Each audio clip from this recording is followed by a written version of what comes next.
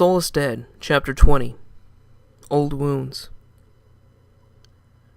I woke in my hallway the next morning in a complete stupor. My head was spinning like a top and it was pounding like a bunch of drums. I was really achy and all the old wounds that I had were completely exaggerated in my hangover. I felt everything. I could feel the creakiness in my knees, the cramps in my legs from where I got shot. My shoulder wasn't feeling too good either, and my lower back was acting up again. I tried to stumble up and tried to brace myself against the wall, but I slid over as soon as a beam of light and a brush of cold air hit me in the face. I lost my footing and fell over to my side. I laid there holding it because it felt like someone jabbed me in the right. It didn't feel good, but I knew better when I started all this. I tried to stand again, but again I lost my footing and slid to the ground and began puking my guts up. My body wrenched and cramped as I tried to get it all out of my system. My right side, where I'd received some damage from a car accident a few years back, was completely cramped. I slid down into the vomit and in my mess, holding my side. It was horrible. It was like someone was stabbing me in the ribs. I stood up and briefly slid in the vomit as I made my way down the hallway, trying to clean myself up with some wet naps I had on my person. I made my way to the bathroom and dropped trowel and took the second biggest leak of my life. It's amazing how we tend not to think about these small things, but I tell you what, it was nice. I could feel some of the pressure in my body release a little bit, so I felt better. I popped some aspirin, but the huge, dense flavor of crappy bourbon and old granola bars was heavy in my mouth. I was spitting up some bile, and it didn't feel too good. I felt like utter garbage as the room was spinning, and the smell of my vomit was heavy in the air. I grabbed an old bucket that I found in a broom closet and made my way to the front where all the people were talking. I sat down, and Amy put a blanket over my head and over me to keep me warm because it was just freezing. They made a nice little fire, so it was pretty cozy, but every time they would talk, it'd be like someone screaming into my ear. So I just answered with yes and no. To be honest, I wasn't really paying attention. I couldn't help it, though. But then again, I thought it's all my fault. The main topic came up, what we were going to do with our fallen friend. I told him we should bury him, but it was just too dang cold. An hour or so later, after a lot of the chores were done, we made our way to the back, grabbing our friend's body. We dug through the soil for what felt like hours because it was as hard as stone, and a sheet of ice was over the top of it from a sleet the night before. Eventually, we got it dug deep enough to where we could put his body in there gently. We covered it with dirt and did a small service for him. All the while, I was thinking about all the things we could have done to prevent it. We got complacent. So what, they were moving slowly. It didn't matter. We should have checked everywhere. We should have done something. We could have done something more. I could have done something, and the guilt was unbearable. Amy came by and told me there was nothing I could do, and she could tell that I was in distress. Derek made his way over and started comforting me. It's going to be okay, they said, but in my head I didn't want to believe that. A flavor of nihilism fell over me, and again, I had to do something about it, so I thought positive. We got back together, and I told them that we were heading to Rose Hill, a small area, and I expounded upon it a little more on what we were going to do. We loaded up in the trucks, and we turned on the car and waited for them to warm up. The nice warm air blowing through the vents was nice. It was better than any fire, and it was nice and dry, so we got cozy. We made our way down the ice-covered roads slowly. Going 1 mile turned into about 30 minutes, and we could see all the dead frozen in time, laying on the ground. The warmth of the sun had thawed some of them out enough to move just a little bit. I laughed to myself and thought, Mother Nature started all this, and Mother Nature is solving it. She's slowing them down enough for us to die in the cold, I thought. Where the dead couldn't kill us, the elements might get us. We got pretty close to Rose Hill, and we got out of the trucks and parked them down towards some woods and covered them with some of the tarps. We camoed them up the best we could, and we made our way down on foot towards a small residential area outside the town. We snaked our way through the area and took up some residence in a house. Derek and told me that they had new recon groups going through here to be sure nobody was going to come from any areas, and we saw a few of them snaking their way through quietly. Luckily, we were armed, and if anything happened, we could take them out, but I didn't want to hurt them because I knew some of those people.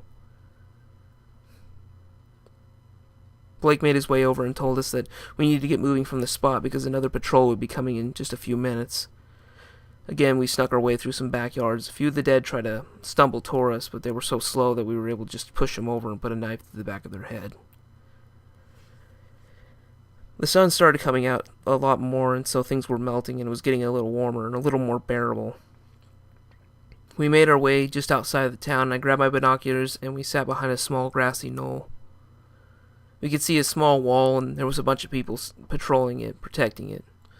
They had a lot of guns, and it looked like they were armed to the teeth. We would retreat back to the residential area again and hide in one of the house's basements. We made our way down, and it was a playroom. It was dark, but there was blood on the floor. There were bones of what we thought were children and a small family in the back. There were shell casings and some random blunt objects laying on the floor. It was like a horror scene.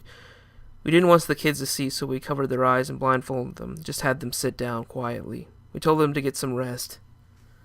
It was a lot more warm down there since we had some stoves, and it was able to insulate a lot better, and we were able to get comfortable. We made sure not to make too much noise, but we didn't know what to do. Derek and Blake sat next to me in a small room just outside of the basement. The others sat in the main room, and we began to talk. Blake started at me and he said, "We're going to have to tell them something. We can't just run away. We're too close. We could be safe, we could be warm, and we can get food in our guts. With this many people, we're starting to run low on supplies. I hope you know that." I looked at him and said, "Yeah, I know. I figured as much. But I'm really worried. I left a criminal, for goodness sakes. What happens if I go back there and they just shoot me on sight?" Derek looked at him and said, "I doubt it. If anything, they'll just apprehend you." I looked at him and said, "But what does that mean for me? What does that mean for my group? If they look at me wrong, will they see them as radicals or crazy people?" Derek said, No, don't think that way," and Blake expounded. He said, "They're just people with you. They're just there to protect you. They'll just think that they don't know anything about them. And since you haven't told them about your past, it's probably best you leave them ignorant." I looked at him and said, "But what if they find out? What if they tell those people about all this and they just leave? And then they get killed by the elements. In anger, they just leave and stomp off." He stops and said, "I think you need to give them a little more credit. I don't think they're that stupid. They wouldn't leave just because they're upset with you. Because remember, it's not about you." I said, "But what if it is? What if I am killed? Or what if I'm put in jail?" Blake started again and said, "That's something you're going to have to deal with. That's something that you will have to deal with. You made your decisions. We talked about this." I looked at the floor and I knew he was right. We got up and we could hear people talking as they walked into the house. The footsteps were heavy. They knocked some stuff around, were looking, but they made their way out after about 10 minutes. We took a sigh of relief because we felt like Anne Frank sitting in the upstairs compartment. We were waiting silently for our killers to find us and shoot us on sight.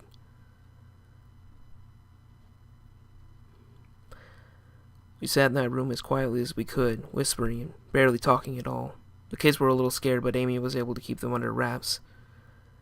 After they left, we all took a collective sigh of relief. We were almost caught, and if we were caught, what would have happened? Everybody in that town pretty much knew me, and I'm sure I was wanted.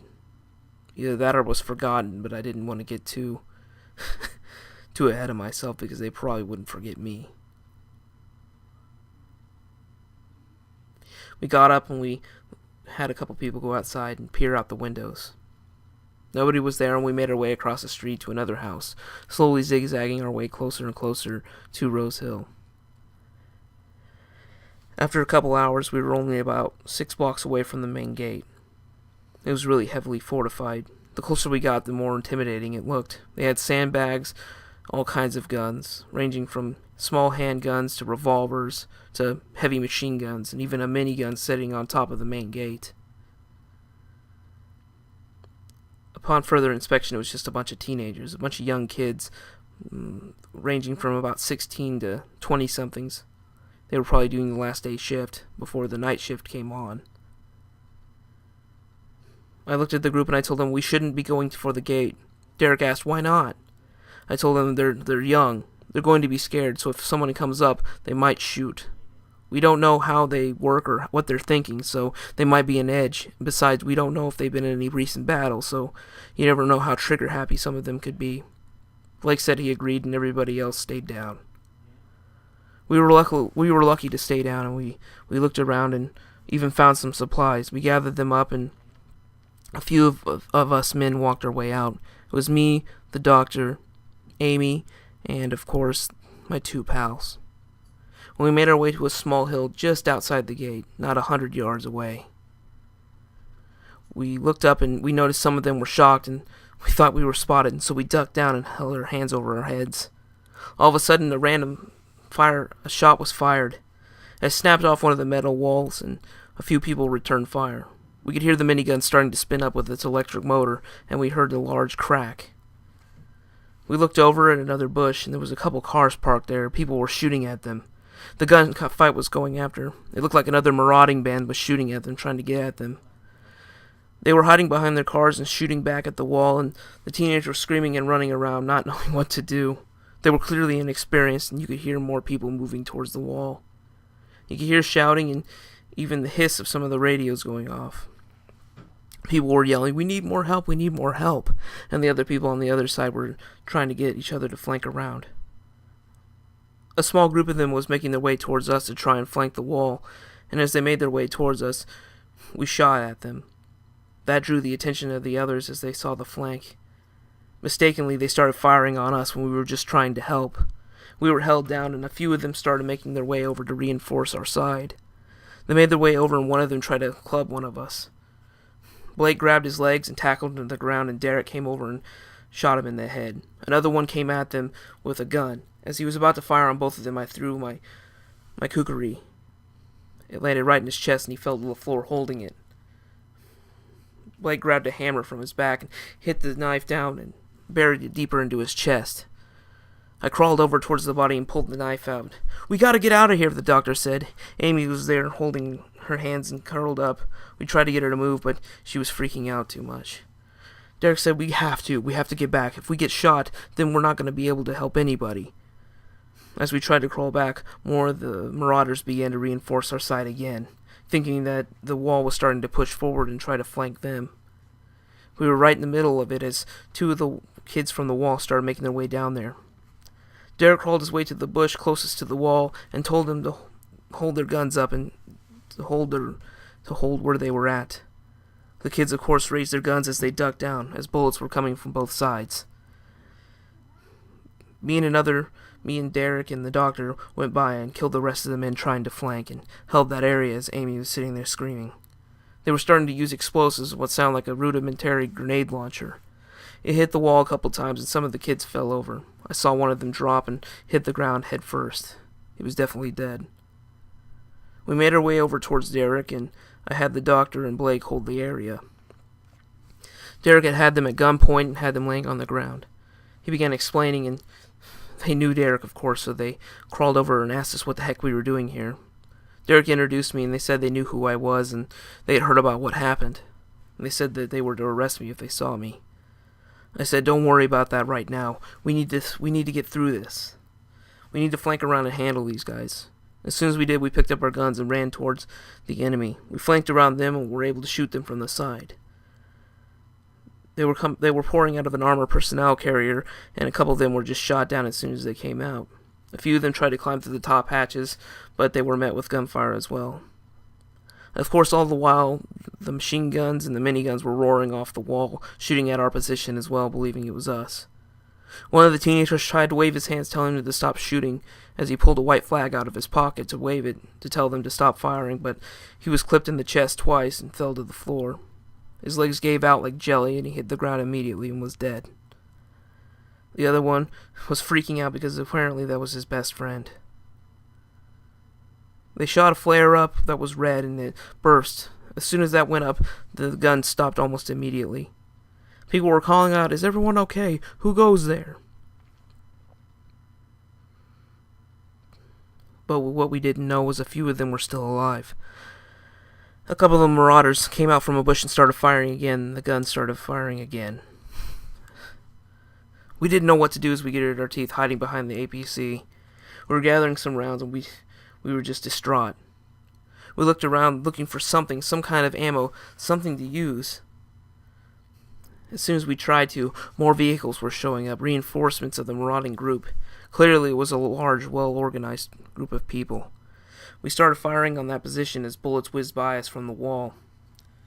One of the teenagers from the wall, named Barry, told us we needed to stay down because those guns had a lot of ammunition and they had a lot of firepower. At this point we could hear clunks. It was grenade launchers from the wall. They were raining down over us, hitting the APC and blowing pieces of hot slag everywhere. One of the pieces hit me in the leg and I wiped it off as fast as I could, but it burnt through my pants and sizzled my skin. Another one clanked off and hit a car and exploded, blowing the car over. We hid in the APC as well as we could, but the vehicles showing up against us were shooting into it.